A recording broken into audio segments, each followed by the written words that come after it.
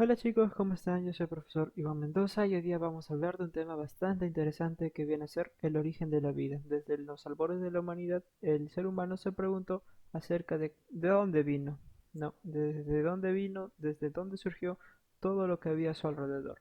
Y es justamente desde que surgieron las mentes científicas y se pusieron a investigar e indagar acerca de este fenómeno. Así que vamos a comenzar con bueno, estas son las instrucciones para que usted pueda copiar las diapositivas en su cuaderno, así que léanlas. Y primero vamos a ver la primera teoría, la teoría de la generación espontánea o abiogénesis, que fue planteada por nuestro amigo griego Aristóteles, ¿no? Desde hace más de 2000 años. Él nos decía que la vida era la materia inerte y la enteleguía, que venía a ser una especie de soplo divino. Él se basaba en la idea de que la vida podía generarse espontáneamente a partir de materia no viviente, ¿no? Y justamente uno de los ejemplos más recurridos por este griego fue que la generación espontánea de los gusanos venía a partir del agua, la fruta y la carne en descomposición, ¿no? Que de repente hoy en nuestros días nos parece algo absurdo, porque ya sabemos más que todo ese mecanismo, ¿no? De cómo se generan las moscas, no los gusanos. Pero en su tiempo pegó bastante. Cerca de 2000 años esta teoría de la generación espontánea estuvo vigente, ¿no? Y justamente vamos a ver algunos personajes que estuvieron tanto a favor como en contra. No, vamos a explicar los experimentos que ellos hicieron. A favor estuvo nuestro amigo Van Helmont, ¿no? Que hizo su famosa receta para hacer ratones. Lo que él hizo es colocar en un frasco algo de comida, en este caso trigo, y ropa interior sudada o sucia, ¿no? Ya conocerán qué tipo de ropa pusieron ahí. Lo que él hizo era dejar este frasco de repente en una granja y y en la oscuridad venían los ratones, ¿no? Y se podían aparear ahí, dando como resultado al cabo de un tiempo a sus crías, ¿no? Y justamente él decía, ajá, desde acá es que se forman los ratones, así que la generación espontánea está correcta. Pero no era tanto así. No vino otro personaje que es Francesco Redi que se estaba en contra, ¿no? Él pensaba que no podía ser de esa manera debido a que las condiciones del experimento de Van Helmont no eran lo suficientemente buenas para no poder ser refutadas, ¿no? Porque él se preguntó qué pasaría si yo tapase ese envase.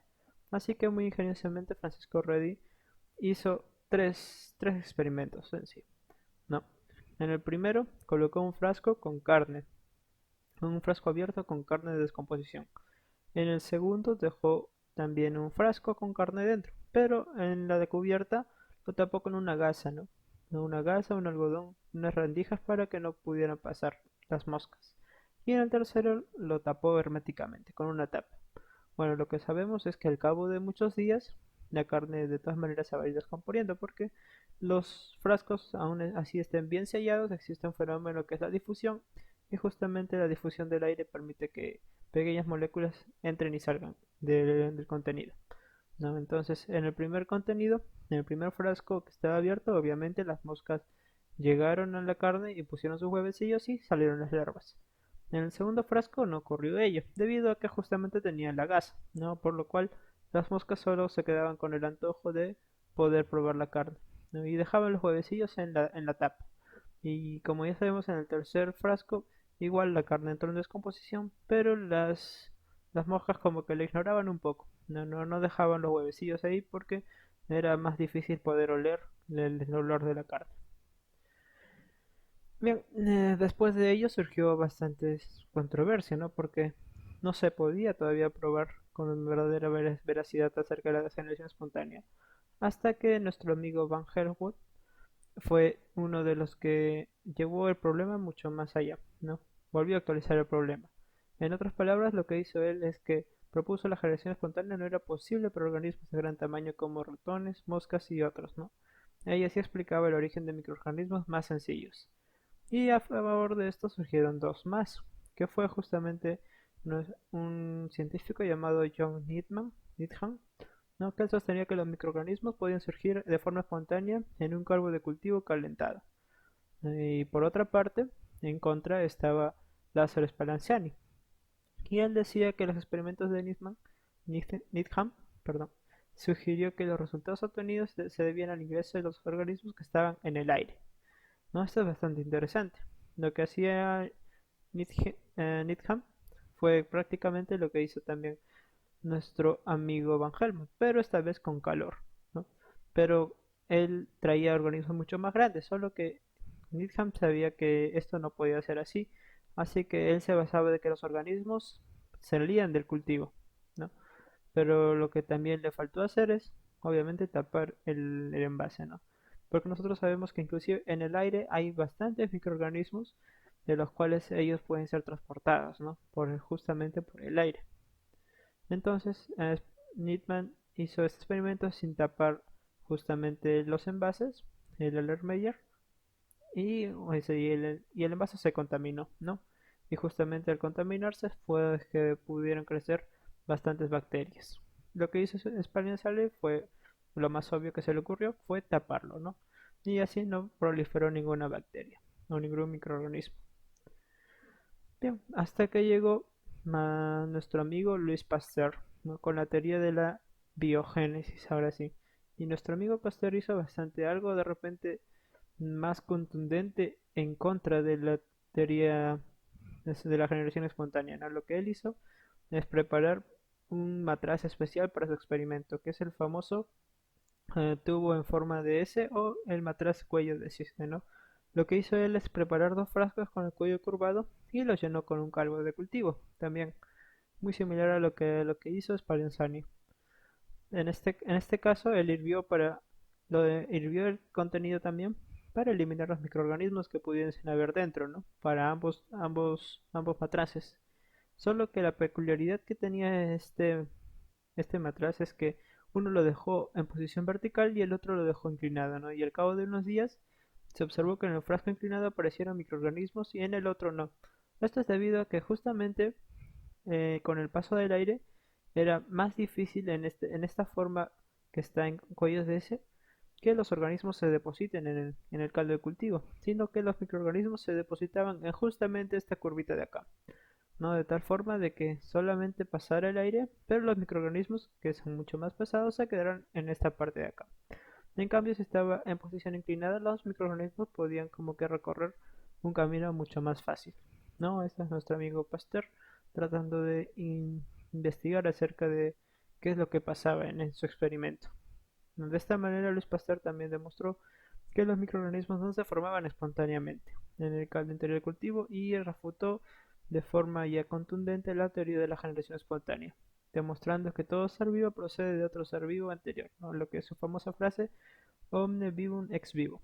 Este principio científico es la base de la teoría germinal de las enfermedades, que también tuvo un aporte muy significativo para la ciencia, ¿no? Con lo conocido ahorita como la pasteurización, ¿no? Ese término que hemos hallado, que utilizamos para hablar de la desinfección de la leche, por ejemplo.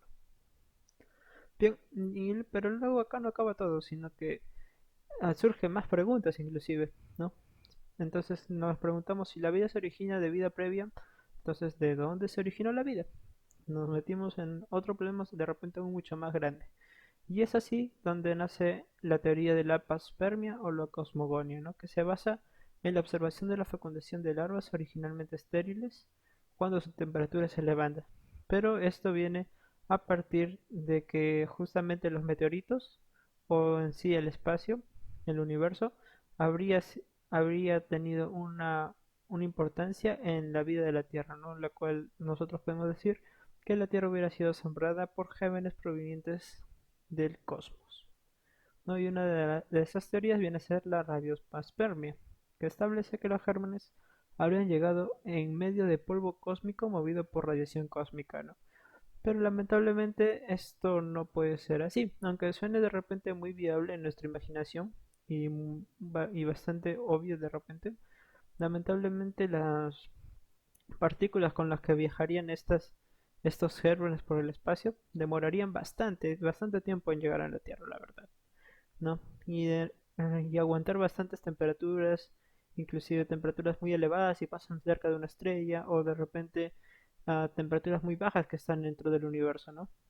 Y esto es lo que haría que el germen no se pudiera proliferar, ¿no? Entonces sería pero muy difícil. Así que quedó un poco de lado esta teoría. Algo que de repente podría ser más viable sería la litopasperia, que establece que los gérmenes habían llegado por medio de meteoritos, ¿no? Justo como vehículo de transporte. No, es que están unas pruebas de que puede ser que sí y puede ser que no. No, debido a que, bueno, el meteorito se estrelló en la Tierra, pero a lo largo del tiempo, alrededor de este meteorito pudieron haber eh, algunos seres vivos, algunos microorganismos que se pudieron desarrollar cerca, ¿no? Pero para ese entonces nosotros al momento de estudiarlo dijimos, ajá, ya vimos que se formó algunos microorganismos en el meteorito, pero con el pasar del tiempo podemos decir que no, ¿no? Debido a que justamente el tiempo se encargó de que estos microorganismos llegaran ahí justo cuando el meteorito se estrelló con el planeta Tierra y no que hayan provenido del espacio. Bien, esta es la teoría que más se acepta hoy en la actualidad debido a que se pudo demostrar experimentalmente, aunque viene a ser la teoría de la quimiosintesis o teoría quimiosintética. No, esta afirma que bajo las condiciones atmosféricas imperantes durante los primeros 2.000 millones de años de la historia de nuestro planeta se había iniciado una serie de síntesis de moléculas orgánicas, ¿no? Con estas condiciones ambientales muchas cosas, muchas reacciones se pudieron dar a cabo, ¿no? Inclusive algunos le dan mucho favor a ellos, ¿no? Debido a que hay grandes cantidades de energía que se manejan acá y las reacciones pudieron ser de alguna otra manera espontáneas. Bien, ¿y quiénes fueron los que propuso experimentalmente este proyecto? Fue Miller y Urey. Ahora en la Universidad de Chicago en 1953 ellos pudieron demostrar que justamente los aminoácidos y otros compuestos se pudieron obtener a partir de moléculas inorgánicas en principio, ¿no? Que vienen a ser justamente este pequeño experimento de acá. Ellos hicieron hervir un pequeño caldo, su caldo primordial, ¿no? En los cuales ellos también le introdujeron un gas y el motor esencial, lo que le daba la energía, vienen a ser los electrodos, ¿no? Los cuales le daban descargas eléctricas de muy alto voltaje, creando así las condiciones iniciales en el planeta Tierra, ¿no? Después lo hacían pasar por agua fría para poder condensarlos y finalmente pues, ser arrastrados para llegar a un matraz de recolección, ¿no? Donde se podía ver algunos restos inorgánicos, algunos restos orgánicos como los aminoácidos y algunos otros compuestos. Bien, esta es una manera de simular las condiciones ambientales en la Tierra primitiva y bastante ingenioso, ¿no? Y justamente es a este resultado que esta teoría toma bastante fuerza. ¿No? Algunas estructuras que ellos pudieron sintetizar fue justamente algunos aminoácidos, que vienen a ser la fenilalanina, el gliceraldehído, bastante importante para formar los azúcares. Esta es la molécula progenitora de los azúcares, ¿no? De este gliceraldehído pueden extenderse a cadenas como la ribosa y la glucosa, que son azúcares.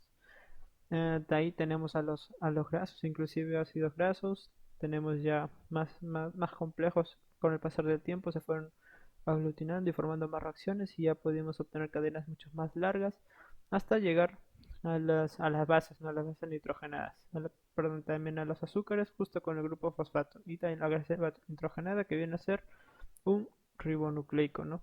Un ácido nucleico. Bien, entre otras cosas, surgió también algunas vías metabólicas en los organismos actuales, ¿no? En base de Oparin y Halden, ¿no? Que propusieron algunas etapas de la evolución de las actividades metabólicas desarrolladas por los agregados moleculares primitivos, ¿no? Y dieron ahí sus postulados también, ¿no? Nos decían que la ausencia de oxígeno atmosférico y la necesidad de sintetizar ATP, que sabemos que es la molécula de energía, promovieron su síntesis mediante glucólisis, ¿no? Rompimiento de moléculas de glucosa y otros factores también, ¿no? Aprovechando de repente la existencia de sistemas de membranas en la célula para poder crear células, o mejor dicho, algunas moléculas que sirvieran para formar la energía, la escasez de la glucosa ambiental, también habría sido propicio para la generación de mecanismos como la fotosíntesis, que va a ser como que un sistema de supervivencia en primera instancia para poder así las primeras células obtener su alimento. Y finalmente la creciente existencia de oxígeno, no gracias a estas primeras células estas primeras células fotosintetizadoras, ¿no? Que en el medio había permitido el desarrollo de procesos respiratorios de otros seres, por ejemplo. Bien, esta es una pequeña tarea que ya les encomiendo a ustedes para que puedan averiguar un poco. Ya, esta ha sido la clase de hoy, espero que les haya gustado, hayan podido aprender algo nuevo. Nos vemos en la próxima clase. Cuídense bastante. Bye.